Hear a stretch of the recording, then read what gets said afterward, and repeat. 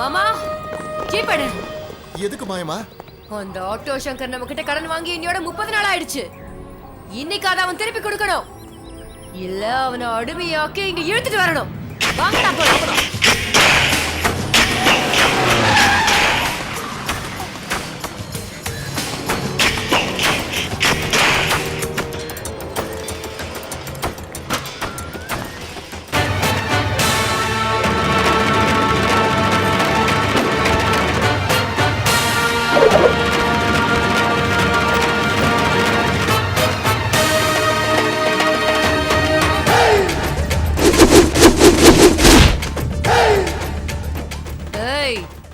வாங்கடா, இந்த கேடு கெட்ட ஆட்டோ சங்கர உதைச்சு இழுத்துட்டு வாங்கடா.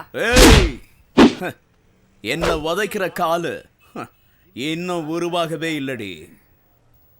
ஏய், எனக்கு முன்னாடி இப்படி ஆட்டிட்டு இருக்க உன் காலை எப்படி வெட்டணும்னு எனக்கு தெரியும். வேணா பாக்குறியா? இழுத்துட்டு வாங்கடா அவனை. 10 நாள் முடிஞ்சிருச்சு. சனி மாதிரி வந்திருக்க, என்ன இழுக்கவே முடியாது. இழுப்பேண்டா, உன்னைய முன்னாடி கை கட்டி நிக்கிற அளவுக்கு வெப்பேண்டா. அன்னைக்கு என்னமோ இது பிசாத்து காசு நீ என் முன்னாடி தூக்கி எறிஞ்சு பெருமையா பேசுனல, இப்ப பேசுடா பாக்கலாம். உன் தகுதி என்னங்கறத நானும் தெரிஞ்சுக்கிறேன். ஏய், பணம் இருக்குன்னு நான் உன் முகத்துல வீசி எறிஞ்சனா இங்க இருக்கிற ஜனங்கள்லாம் உன்னை தப்பா நினைப்பாங்க. துட்டு கொடுத்தா இவ வந்துருவான்னு எல்லாரும் சொல்லு விட்டுக்கிட்டு உன் வீட்டு வாசல்ல கியூல நிப்பாங்க. முதல்ல எனக்கு கொடுக்க வேண்டிய கடனை தூக்கி எறிஞ்சிட்டு அதுக்கப்புறமா என்ன கிண்டல் பண்ணிடா பொறுக்கி. கடனா? எந்த கடன்? என்ன சொல்ற? யாரு கொடுத்தா, யாரு வாங்கினா? அது சரி, நீ யாரு? ரொம்ப நல்லாவே நடிக்கிற. பெரிய ஹீரோ மாதிரி எல்லாருக்கும் ஷூரிட்டி போட்டுட்டு லட்சக்கணக்கில் பணத்தை வாங்கிட்டு போனல, அந்த பணம்டா கண்ணா. ஐயோ கடவுளே, அட்ரஸ் இல்லாதவங்களுக்குலாம் கடன் கொடுத்திருக்காளே. ஐயோ பாவம். டேய் சொல்லுங்கடா அவகிட்ட. ஏய், இந்த ஏரியா முழுக்க நெருப்ப நீ வச்சுட்டு எவ்வளவு கீழ்த்தரமானவங்கிறத நீ காமிச்ச. உன்கிட்டயே பணத்தை வசூல் பண்ணி எல்லாருக்கும் புது வீடு கட்டி கொடுத்து நான் எவ்வளவு கெட்டிக்காரங்கிறத உனக்கு காட்டின. நீ குட்டிக்காரணம் போட்டாலும் ஒன்னும் கிடைக்காது. நடைய கட்டு, நடைய கட்டு. நான் ஒண்ணு திரும்பி போறதுக்காக வரல, உனக்கு கடன் கொடுத்துருக்கேன். என் பணத்தை திருப்பி கொடுக்கலன்னா அடிமையா இருக்கிறேன்னு பேப்பர்ல கையெழுத்து போட்டிருக்கேன்.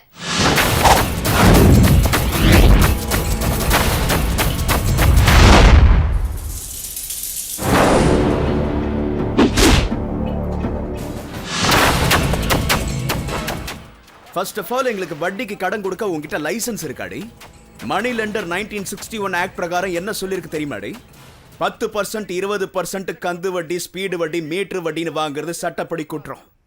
₹1.99 மட்டும்தான் வட்டி வாங்கணும். அதுவும் இல்லாம அசிஸ்டன்ட் ரெஜிஸ்டர் ஆஃப் கோஆபரேட்டிவ் சொசைட்டில 1 லட்சத்துக்கு 5,000, 2 லட்சத்துக்கு 10,000, 10 லட்சத்துக்கு 50,000 டெபாசிட் பண்ணணும். இது எதுவுமே செய்யாம அடாவடித்தனமா நீ பிசினஸ் பண்ற. இது என்ன காத்தாடிக்கு மாஞ்சா கயிறு கட்டி டீல் விடுற ஈஸியான பிசினஸ் நினைச்சிட்டியா? வட்டி வாங்குற ஒவ்வொருத்தருக்கும் பாஸ்புக் தரணும். செக்ஷன் 5 பிரகாரம் ஒவ்வொரு 5 வருஷத்துக்கும் உங்க லைசன்ஸை ரெனிவல் பண்ணணும். அது மட்டும் இல்ல, அசலை விட வட்டி அதிகமா வாங்கி ஏழைங்களை போண்டி பண்ற உங்களுக்கு 2 lakhs தான் லிமிட். வட்டி அதிகமா கொடுத்ததுனால கடனை கட்ட வேண்டாம், அவனை மன்னிச்சு விட்டுறலாம். போடா புது லாயர், உன் வீட்டை ரைட் பண்ணனா? அப்ஜெக்ஷன். ஐபிசி செக்ஷன் 146 பிரகாரம் அஃபென்ஸ். தொல்லை பண்ண ஐபிசி 147 பிரகாரம் 2 வருஷம் ஜெயிலு. அடியாளுங்களை வச்சு மிரட்டினா ஐபிசி செக்ஷன் 148 பிரகாரம் 3 வருஷம் ஜெயிலு வித் ஃபைன். ஏதோ புக்க படிச்சு மனப்பாடம் பண்ணிட்டு வந்து லாயர் மாதிரி இப்படி பேசினா நான் பயந்துடுவேன்னு நினைச்சியா? 5 வருஷம் ஈவினிங் காலேஜ்ல கஷ்டப்பட்டு படிச்சு இந்த auto Shankar lawyer Shankar LLB ஆயிட்டான். உன் உடம்புல இருக்க பிசாச விரட்ட என்கிட்ட வேப்பல்ல கொத்தே இருக்கு. உன்னால என்ன முடியுமோ அதை பண்ணிக்க போடி. மரியாதையா நடந்துகிட்டா ஒழுங்கா வீடு போய் சேருவேன். இல்லன்னா எங்க வீட்டை எரிச்ச மாதிரியே இவங்க எல்லாரும் முன்னாடியே உன்னை எரிச்சு சாம்பலாக்கிடுவேன். போடிங்க இருந்து. Objection your honour, objection. மாமா சொன்னா கேளு மாயமா, இங்க போயிடலாம். சொன்னா கேளு, விஷயம் இருக்கு.